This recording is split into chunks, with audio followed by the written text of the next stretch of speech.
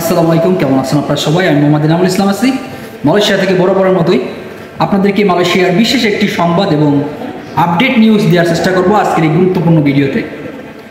সবাই সবসময় যে বিষয়গুলো জানতে চায় যে আসলে ভাই মালয়েশিয়াতে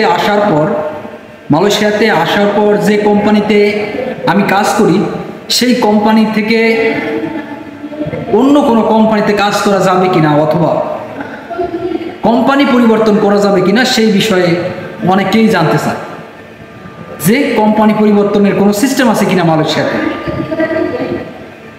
আপনাদেরকে এই বিষয়ে আমি একটু ধারণা দেওয়ার চেষ্টা করব, একবারে ছোট্ট একবারে সংক্ষেপে, যাতে আপনারা বুঝতে পারেন যে কলিং ভিসায় মালয়েশিয়াতে আসার পর এবং যারা কিনা অলরেডি আইসেন মালয়েশিয়াতে, যাদের কিনা আসলে কোম্পানি বেশি একটা ভালো না, কোম্পানির বেতনের সিস্টেম ভালো না, কাজের সিস্টেম ভালো না, ডিউটির সিস্টেম ভালো না, আপনারা অনেকেই মনে করেন যে ভাই আসলে যদি আমি যদি কোম্পানিটা পরিবর্তন করতে পারতাম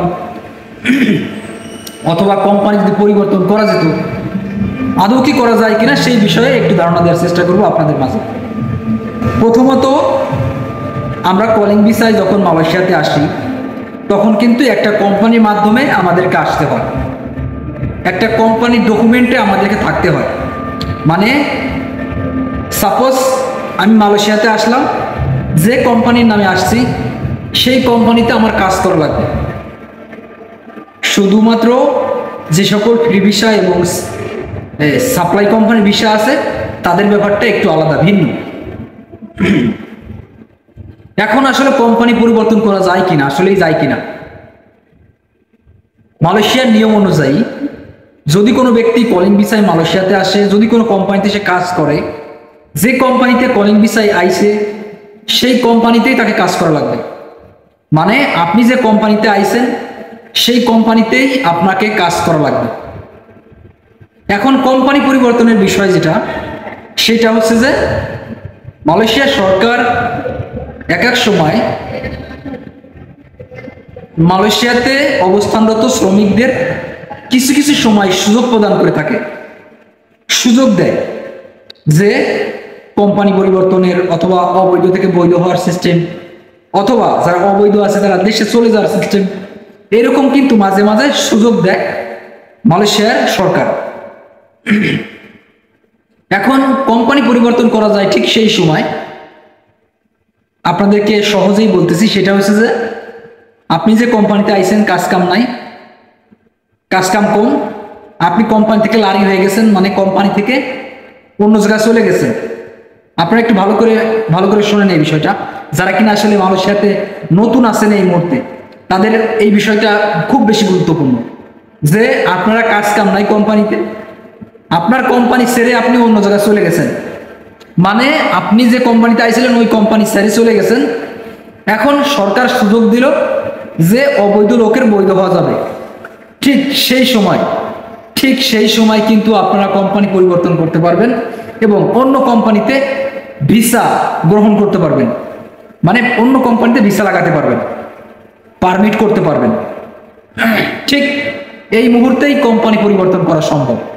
তাছাড়া মালয়েশিয়া সরকার যদি ঘোষণা না দেয় অথবা মালয়েশিয়া সরকার যদি সুযোগ না দেয়, তাহলে কোম্পানি পরিবর্তন করা সম্ভব না। শুধুমাত্র মালয়েশিয়া সরকার সুযোগ দিলেই কোম্পানি পরিবর্তন করা যায়। অনেকেই কিন্তু আসলে জানতে চায় যে ভাই আমার কোম্পানি ভালো না, কোম্পানিতে বেতন কম, কোম্পানিতে কাজ কাম নাই, আমি চাইতেছি যে আসলে অন্য কোম্পানিতে কাজ করার অথবা ভিসা পরিবর্তন করার। আপনারা শুধুমাত্র ভিসা পরিবর্তন করতে পারবেন যদি সরকার সুযোগ দেয়, তাহলেই কিন্তু আপনারা ভিসা পরিবর্তন করতে পারবেন। তাছাড়া কোনোভাবেই ভিসা পরিবর্তন করতে পারবেন না। আর যদি আপনি যে কোম্পানিতে আইছেন সেই কোম্পানি ছাড়া অন্য কোম্পানিতে কাজ কাম করেন, এটা ইলিগাল এবং অবৈধ। যদি মালয়েশিয়া ইমিগ্রেশন এবং মালয়েশিয়ার পুলিশ যদি ধরে, আপনার জেল জরিমানা হতে পারে। অবশ্যই মাথায় রাখতে হবে এই বিষয়টা। যে কোম্পানিতে আপনি আসছেন সেই কোম্পানি ব্যতীত আপনি যদি অন্য জায়গায় কাজ কাম করেন, এটা মালয়েশিয়ার নিয়ম অনুযায়ী ইলিগাল এবং অবৈধ সিস্টেম। পুলিশ ধরতে পারলে আপনার জেল জরিমানা হতে পারে।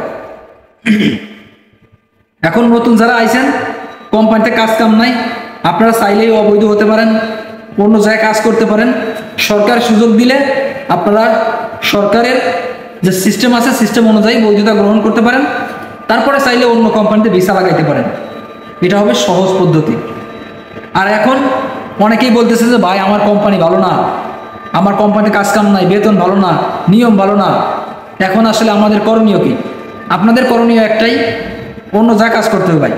যে কোম্পানিতে আইছেন কাজ কাম নাই, অন্য কোম্পানিতে চলে যান, অন্য জায়গায় কাজ কাম করেন। অন্য জায়গায় কাজ কাম করার পরবর্তী সময় সরকার সুযোগ দিলে নতুন একটা পাসপোর্ট করে রাখেন। যদি সরকার সুযোগ দেয় পরবর্তী সময় ভিসা করেন অন্য জায়গায়, অন্য কোম্পানিতে, ভালো একটা কোম্পানি দেখে ভিসা করে নিয়েন।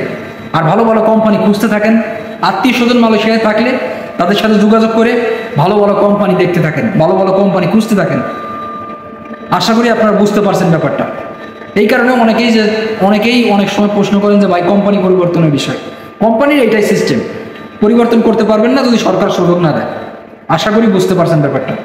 ধন্যবাদ সবাই, ভালো থাকবেন, দেখা হয় পরবর্তী কোনো ভিডিওতে। ততক্ষণ পর্যন্ত ভালো থাকুন, সুস্থ থাকুন, আল্লাহ হাফেজ।